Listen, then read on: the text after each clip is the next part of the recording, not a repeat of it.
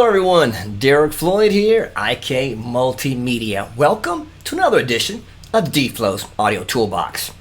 This is the segment where I interview artists and producers that are using our products almost every day to stay in their creative workflow.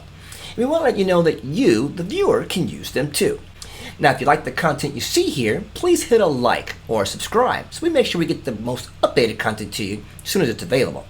And if you like the free stuff, like you know we do, then stay tuned to the very end because today we're giving away one of the most incredible synth anthology products ever made called Syntronik Deluxe. That's right, this thing is amazing. 22 synths, tons of sounds, you name it, and it's in this synth program, so you're going to want to have this one. Now, this Grammy Award Winning multi-talented producer has worked with artists like Stevie Wonder, Michael Jackson, Justin Bieber, Ricky Martin, just to name a few. Prefers using IK tools to keep him creative, and this one he really enjoys. He uses it all the time. And we all know with synth sounds, you gotta have the best ones, right? Well, he prefers Syntronik, and he'll tell you why. Will you please help me welcome my friend, Aaron Pearce. Aaron, you there, buddy? Thanks for having me. Man, you've been using IK products for a while, eh? Yeah, since way back in the SampleTank days. Ooh, for sure. Way back. You staying safe out there, washing hands, keeping away from this COVID nonsense? Yeah, man, it's crazy around here. It's a different world we live in today, but you just try to do the right things and take care of yourself and your family, and don't go out all the time if you don't have. Yeah. And as a musician, you know, we're worried about how music industry has been hit and being affected by COVID because, of course, there's no live music right now. So as a producer, songwriter, artist, is your business still flowing? Are you still keeping busy? Well, it's wild because, in March we had to shut our downtown studios down. I'm actually sitting in my home recording studio now that I just finished right before the pandemic. So I just happened to get everything moved in and going right before all of this happened. And so I've been able to sort of camp out and get a lot of records done. But I mean, it's wild because, with everybody sitting around, all these artists sitting around, they want to make records. So, nobody's touring right now, but everybody wants to be creative. So we've done I've got a record right now that's number one on Hits One, top 40 station on Sirius XM. And we did it over Zoom. Just No way. Absolutely. Yeah, it's number one right now, and it's blasting up the charts all over the world, and it's doing really great. And we literally recorded the record through Zoom. The artist was in LA, and I was here in Nashville. And once we got the record done, I got the files, edited them, tuned everything, and we went to mix. And now we're on the charts 4 weeks later. Technology, man. You gotta love it. That's why we do what we do, man. That's why IK's here to bring you guys tools to help you stay creative in your workflow. That's awesome. That's awesome, man. Sure. Well, man, with so much success in your planet, you've had success in multiple genres to be exact. So I think 5 genres you've had success at one time.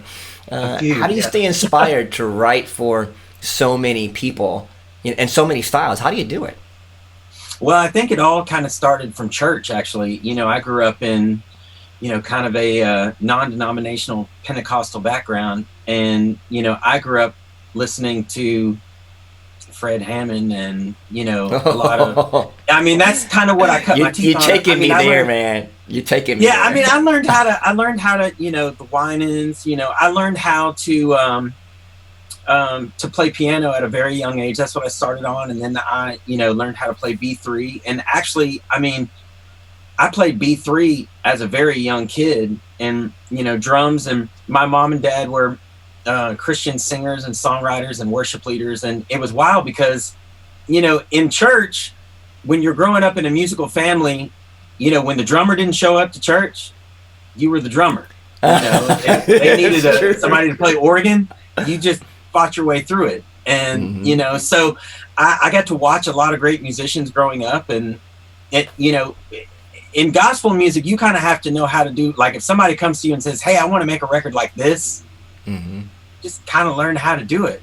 And I grew up with so many different types of music. My dad loved Nat King Cole and Johnny Mathis and Barry Manilow and the Beatles and Elvis, and I discovered Michael Jackson really early, and Prince. Oh, wow. And Brian McKnight obviously was a huge influence on me, growing up. And I just sort of and I loved country music. You know, I loved Garth Brooks and George Jones, and George Strait, and you know, Dolly Parton.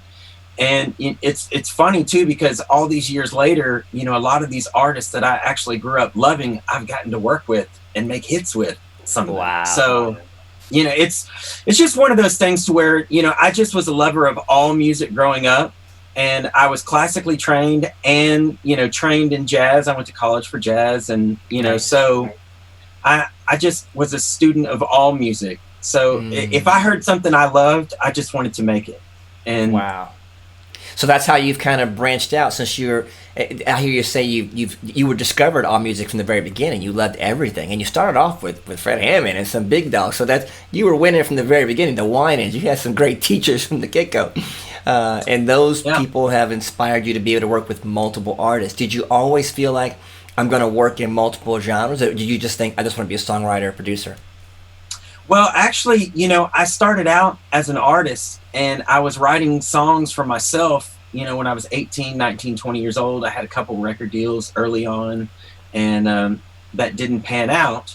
But in that process, I was writing and producing all of my own stuff, because a lot of times, you know, especially as a new artist, a lot of artists can relate to this, is that, you know, until the label opens up your budget, you're kind of on your own sometimes. You know, you're doing as many writing sessions as you can. And at that time, I would say probably like early 2000s, I was very, very into Max Martin sound, David Foster, Walter Afanasieff. Like the guys like that were like really guys that sort of shaped what my top 40 sound was. And, you know, what I really aspired to be anyway. Babyface, guys like that. And, you know, Jam and Lewis. I mean, the greats. These guys were, I mean, just icons, my favorites. Of course, Quincy, obviously. But, you know, these guys were kind of more on the modern tip at that time. And I loved it so much that I literally would go home and pick it apart. I would pick the record apart, and I would like try to recreate it. And a lot of times, you know, I found that if I could recreate something that was a hit, it would sort of program my brain to be able to do it and apply it in my own music. And, you know, not necessarily ripping people off, but there was definitely inspiration from a lot of those. I mean, if you listen to my records, you can hear the inspiration from all manner of types of people that I probably listed in this interview. But I mean, I just think that's what music is. Music is designed to be an inspiration to the next generation to continue and take it to the next level. So when did you discover that you were a writer or a producer? Because like you said, you were in church, you had to play, and you had to get up there, and you had to be the drummer, you had to be the drummer. If you became a B3, you played B3. But when did you discover, hey, I want to be a writer producer? When did that come on you? Well, it's funny too, because I think I was working on, and it was wild too, because I was trying to make, I was working on my artist stuff, but I was also producing like gospel stuff at the same time. So I had this pop deal, which I was trying to make records for, to go out on tour and, you know, have my album come out as an artist. But as a producer, I was doing like a ton of gospel records at the time. And it's just how I grew up and what I knew. And I didn't really anticipate even being a producer really for anyone else. I was just only interested in making my own records. And I remember I had an artist that I was working with at the time that sat me down, and I think I was like 24, 25 at the time. And he said, "Can I just be honest with you?" And I said, "Sure." He said, "You're an amazing songwriter, producer." He said, like, you know, there aren't a lot of guys like you that can write something from scratch, put all the music together, sing all the parts, demo everything, mix the record, deliver the record, and it all be one person. Like, he was like, you play multiple instruments, you can sing, you're like the guy in charge. The problem is that you're so focused on this, when in reality, this might be what you're supposed to do instead.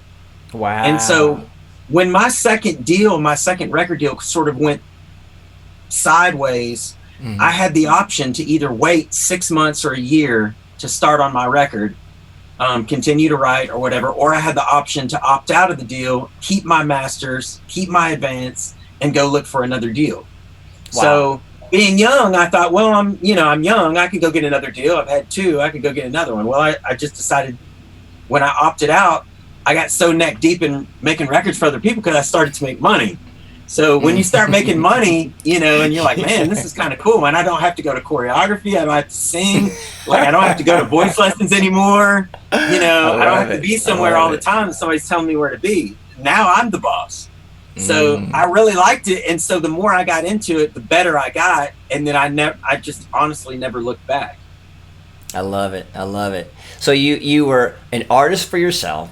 You had always loved playing, always loved music, but you discovered that there was actually a writer, producer in you by a simple conversation someone had with you. They said, maybe you should do this as the full-time gig. You know, this is, and the light bulb went on, like, okay, this makes sense, right?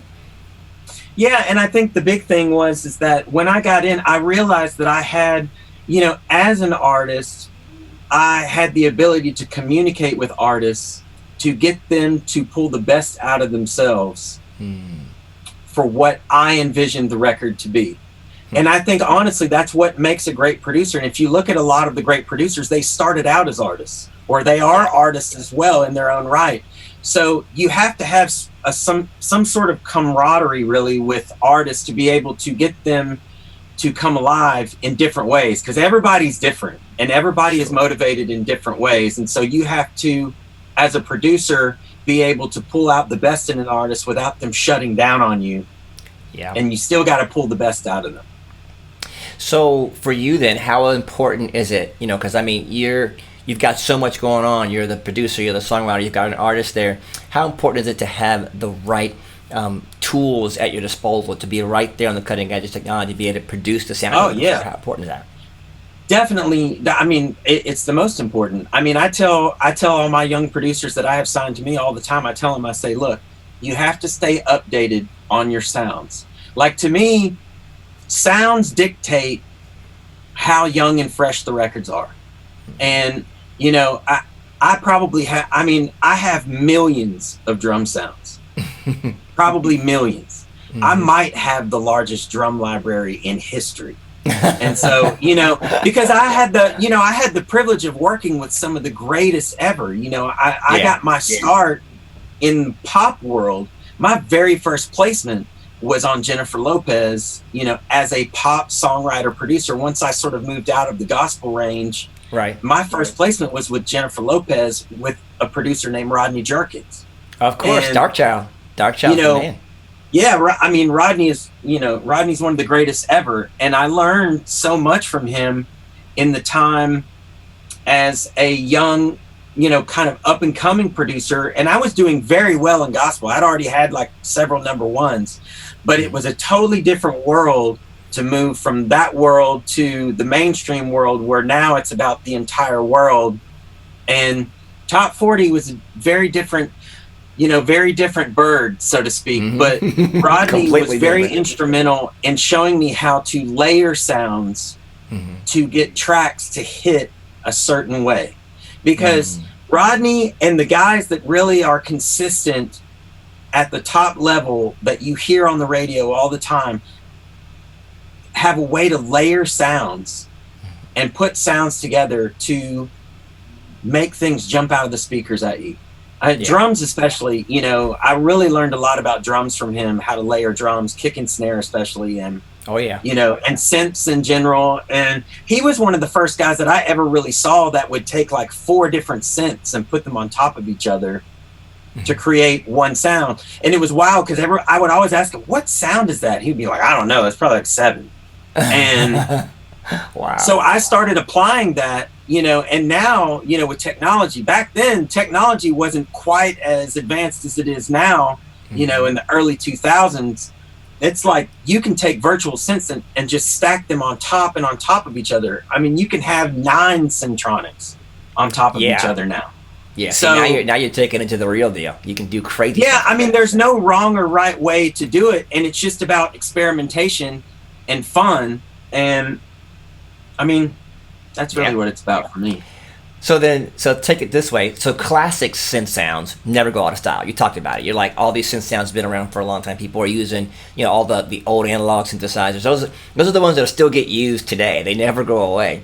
Sure. You know, when it comes to creating all the music, how'd you discover Syntronik with all the sounds out there? How'd you discover us? Well, actually, yeah, my good friend who we spoke about earlier, Keith Thomas, who is an amazing producer. I had always liked IK Multimedia products. Like I'd been on SampleTank since, forever. And I think when we met, I was on like maybe 2, like still on SampleTank 2 or something like that. It's been a while. When we met, and then of course I made the upgrades. And it's wild too, because the moment I made the upgrade to SampleTank 4, I met Jill Scott.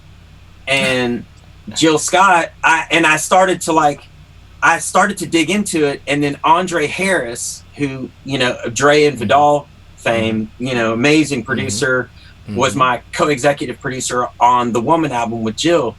He really sort of broadened my horizons into the whole SampleTank world and that synth world through IK Multimedia, and it just like blew my mind with the way he would take the T-Rack stuff and put it on a bass sample in SampleTank and make the bass sound totally different. Like he would reamp it, he would amp it and then like reamp it through something else. And it was wild because, I'm one of those people that I work super fast, so I like everything to come fast. Like I like to be able to dial in sounds like super quick. I don't like to spend all day looking for sounds, but I will to find that right one. But he, like Andre, Dre was very instrumental in showing me how to dial things in really quickly and then save all the presets so fast. And so once I got into that, like it ended up being like, I think our main synth on that entire album. Wow. So like most of the stuff that you hear that isn't live was pretty much done on SampleTank 4. That's incredible. Because we had to be sort of like our interfaces had to work together. So like he would be in one room and I would be in another, and we'd have to swap and share files with each other. So it made it so much easier that we were both working through the same synth engine. And I'm telling you, I promise you, 80% of that album was probably made through SampleTank.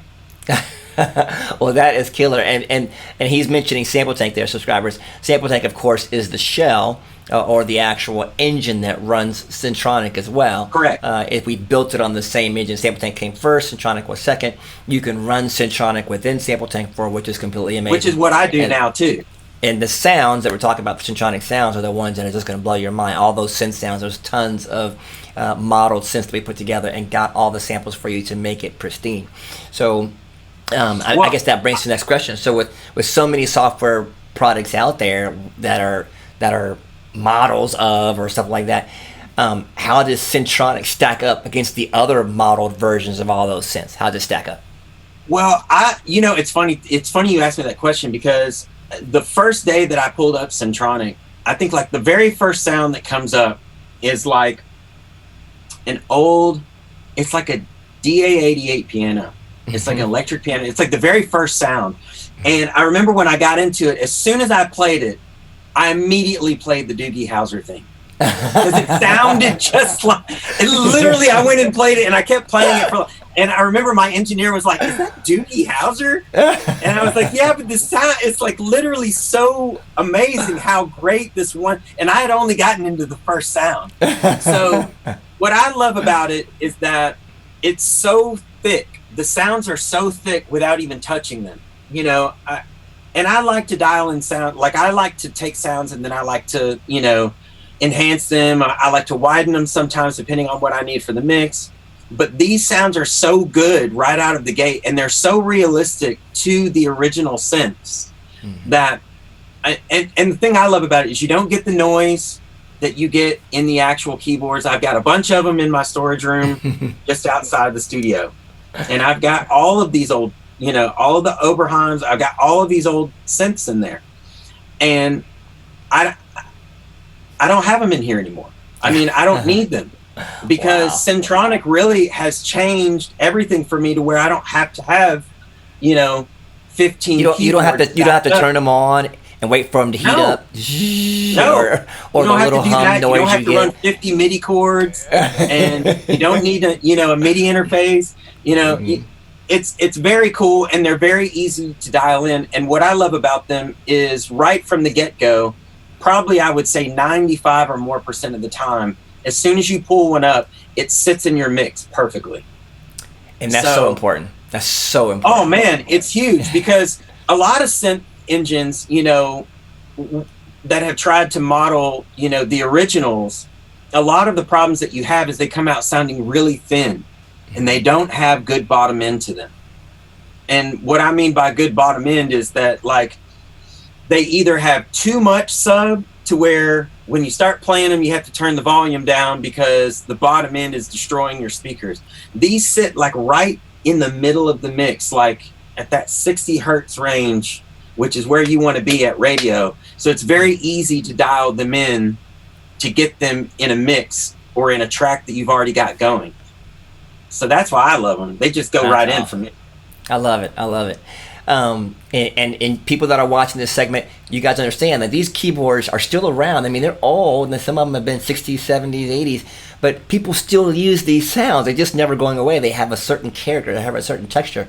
And we've taken, I think it's 22 synthesizers in the entire Syntronik Deluxe program and just modeled all of them for you. So you have, like you said, the actual sound from that keyboard, minus the headache, minus the noise, minus the zzz, minus the turning it on. It's all right there, ready to go. So it'll make a big difference.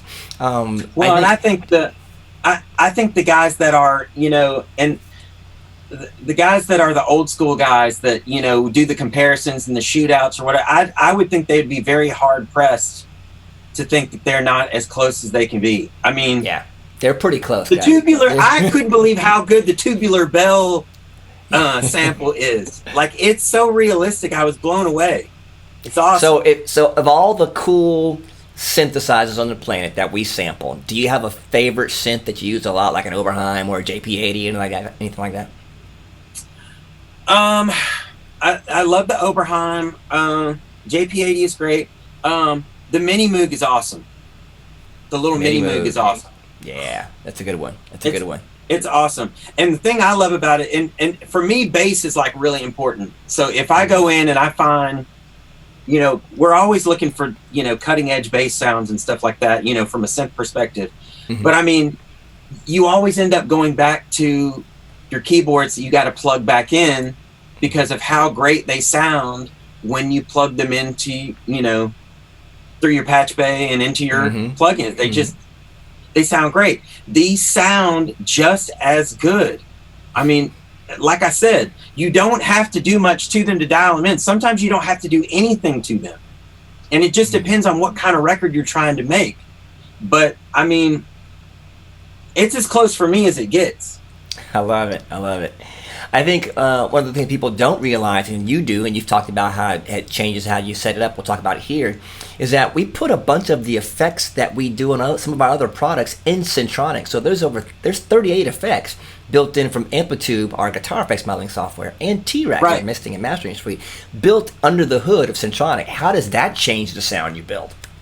Oh my gosh. Well, it's like I told you before. I mean, you know, for me, like running it through SampleTank and stuff like that anyway, but running it standalone and doing the stuff standalone, it's like being able to reamp something or run it through Amplitude, and you can enhance, you could put tube saturation on it, you could do different things you could put distortion, different things to take a sound that everybody else has and make it your own.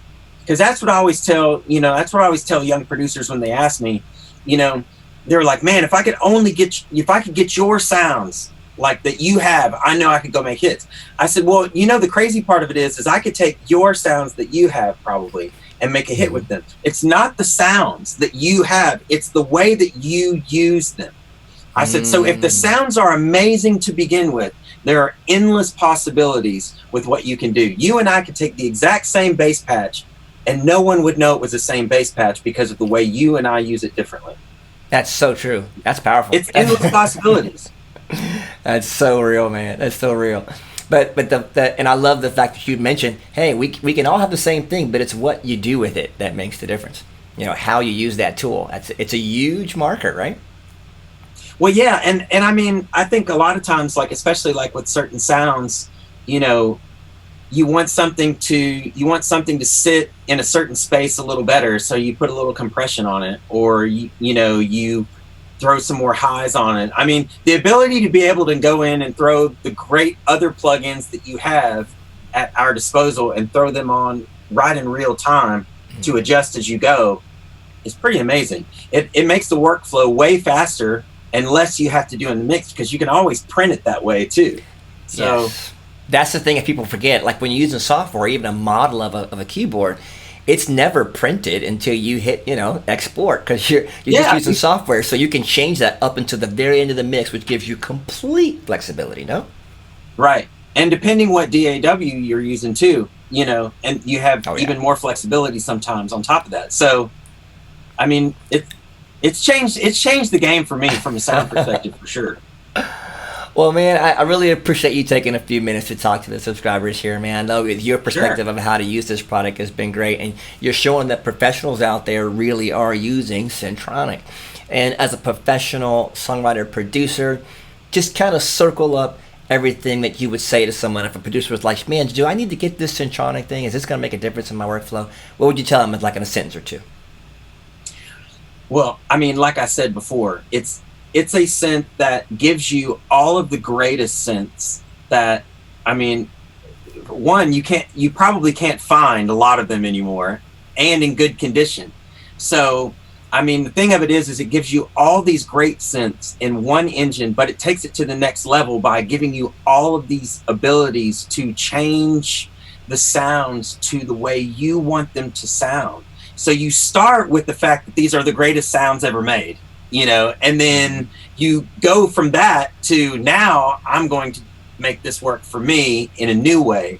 So like I said, it's endless possibilities, and I think it's just up to your own mind to discover what you can do with it. But that's for me, it was a game changer. Ah, that's awesome. That's awesome. Well, man, I sure do appreciate you stopping by and talking to my people here at the Audio Toolbox. We want to let people know that there are real artists out there who use IK products every day in a workflow, and you really talked about how it's made a difference in what you do. So I really appreciate your time, man. So thanks for stopping by. We appreciate you. Yes, sir. Thanks for having me. Now, I hope you've enjoyed this segment with Aaron Pearce. He's an amazing producer, Grammy Award winner, and has done a lot, and he uses IK tools just like Syntronik every day. But I know you're here for the free stuff, right? Of course, we all are.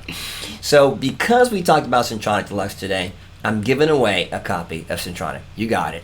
This thing is amazing. The most incredible synth anthology in the game right now. I'm telling you, you got to have it. And even Aaron says, got to use it.